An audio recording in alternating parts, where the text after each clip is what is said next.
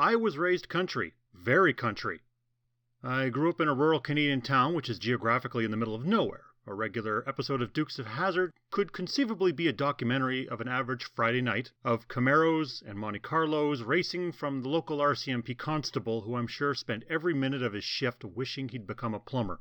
I even still struggle with my vocabulary as yous all should go to the social in Balder, before you turn 30. Be sure to bring yourself a twofer, eh? Occasionally I'll still acknowledge something with a huh, as opposed to a yes. And only when I moved out to the big city at the ripe age of 17 did I realize I better start switching verbal gears like Eliza Doolittle if I knew it was best for me. The biggest tourist draw of my old hometown of a couple thousand could muster was convincing lost souls that the sand dunes nearby were legitimate desert. We even had a stupid camel statue on the highway. Ah, Sarah the Camel, my fondest memories were every day after Halloween and seeing what color your backside was painted that year. And speaking of memories, perhaps the best father-son times were when me and my dad would go out to the barn and cut off pig testicles. As always, he had a bottle of whiskey on standby to wash away the pain of lost dreams and the disappointment that I neither had the skills nor drive to become an NHL superstar. Then I held the unkosher little piggies between my legs with their manhood exposed. As he gripped the razor, my loving father would tell me in a voice laced with the tender warmth of hard liquor, "Don't move, son, I don't want to cut off yours by accident, eh?" Now that I have firmly established my credentials as a Canadian closet hillbilly, I bring you Country Heat by Beachbody, a workout series designed for people I hope to never encounter. Now I know what you're thinking. Mr. Parrott, you've obviously lived a life most of us can only dream of. You were young, wild, free, and have seen more bloody testicles on a floor than a Tarantino wet dream. So obviously you must think Autumn Calbrese deciding to give the gift of a redneck-flavored workout program is the second coming of the Virgin Mary.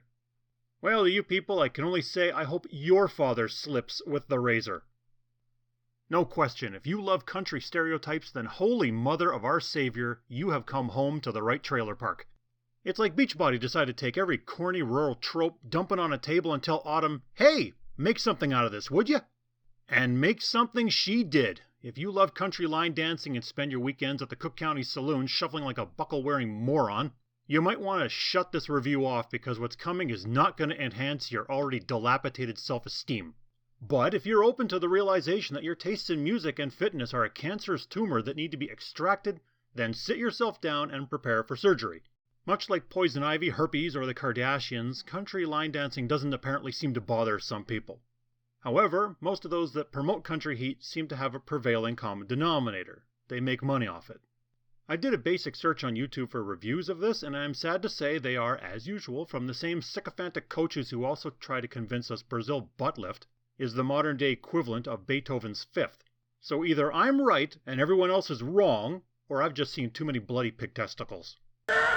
Prior to Country Heat, Autumn was the new recruit with programs such as 21 Day Fix and 21 Day Fix Extreme. She has since gone on to do other popular workouts such as 80 Day Obsession.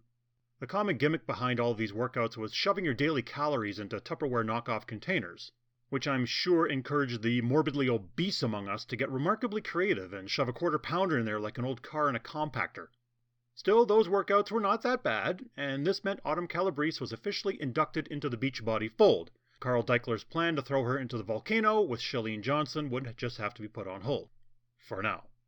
Now, we all have particular inborn skills. Some can wiggle their ears or pull their fingers all the way backwards. Well, hot damn, Autumn could line dance. Once Carl Deichler, CEO of Beachbody, saw this, he immediately saw the untapped potential of a million rednecks separating with their hard-earned cash. There was gold in them, there, Hills, and Country Heat was the means to get it. Country Heat has 11 individual workouts that range in skill level. Naturally, it's all cardio, which is a very good thing.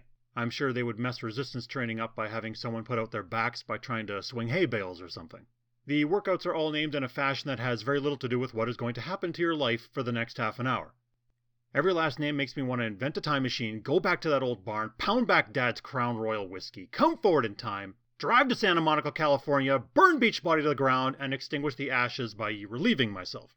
Need convincing? Well, your workout for the day will be one of the following. Saddle up, rope and ride, wild horse, night crawl. Ugh, just let me swallow enough of Uncle Jesse's moonshine until I go blind. Actually, maybe there's a bright side here. In fact, I thought I'd come up with some names of my own in case Autumn wants to make a Country Heat too.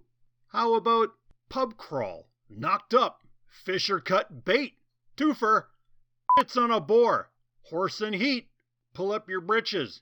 Get her done. Caught a walleye this big, eh? And of course, buck fever. Naturally, all of the fitness moves must be contaminated like Flint, Michigan water by adding a country flavor. For example, you're not just squatting anymore. No, now you're riding a horse, or at the very least, looking like you're trying to pass a cantaloupe.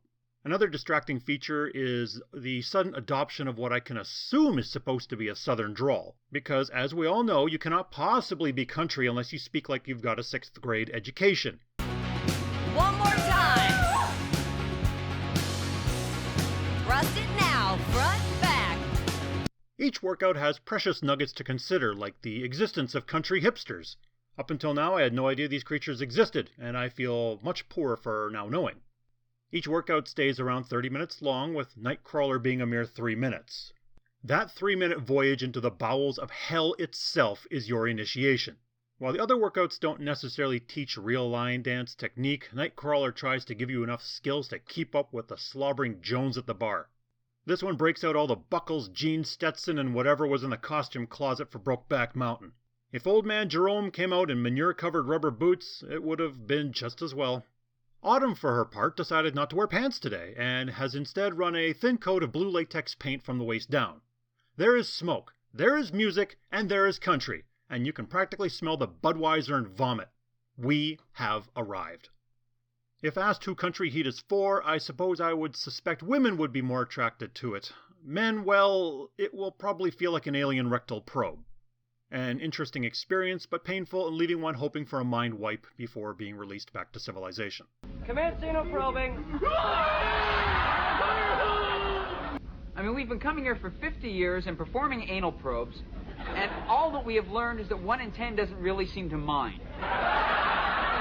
But we can all agree on one thing. Beachbody did succeed in adding diversity to their catalog. And in all fairness, if you want to learn to line dance and get fit, then where the hell else are you going to go? It may be a small market, but give Beachbody credit, they cornered it. So the question is now, is country heat for you? Well, if I can make a judgment call, country heat is for those who have never actually set foot on a farm. It's for those who think milk comes from a store and will pay extra for brown eggs because they think they're healthier. It appeals to those who think hunting is wrong but will gleefully order the factory farm McChicken sandwich special.